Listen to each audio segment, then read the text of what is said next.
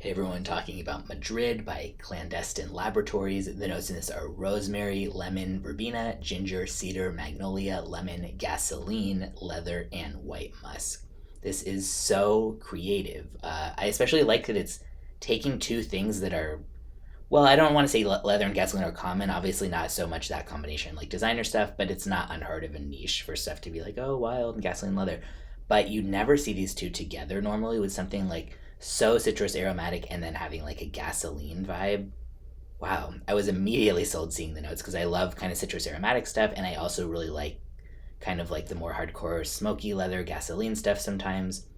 And since those are kind of two of my favorites, I was excited to see an attempt at putting them together. And I think the result totally does smell unique. And yeah, it does smell, it works somehow. It opens mainly citrus aromatic at first, but only in the very beginning. You already get a little bit of sort of that leather gasoline. But yeah, the leather gasoline vibe comes in really, really quickly and just kind of takes over more and more. Though it never really fully loses some of the beginning, but I think the citrus sort of changes to musk. The woodsy cedar and kick of ginger are also very prominent, especially the cedar.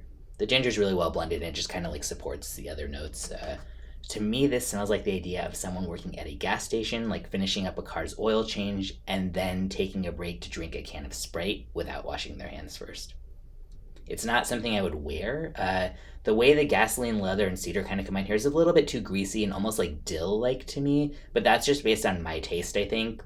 Not because I think everybody would find this nasty or anything like that, and I don't find it nasty either. It's just not something that I want to wear, but it's really interesting. I'm super glad I sampled it. I love the creativity involved, and I think it smells really high quality. It has low longevity and projection, but I think that's appropriate here. One, any kind of citrusy scent like this is not going to have massive projection most of the time anyway, and if it does, it's going to fade away pretty quickly. And two, you don't really necessarily want huge projection when you have like gasoline and leather involved. This goes for 124 for a bottle.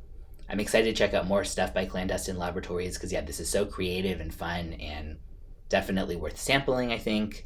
Whether or not you think you're going to like it, it's just an interesting thing to get your nose on. So I'll put a link in the description where you can get a bottle or a sample if you want to check it out for yourself.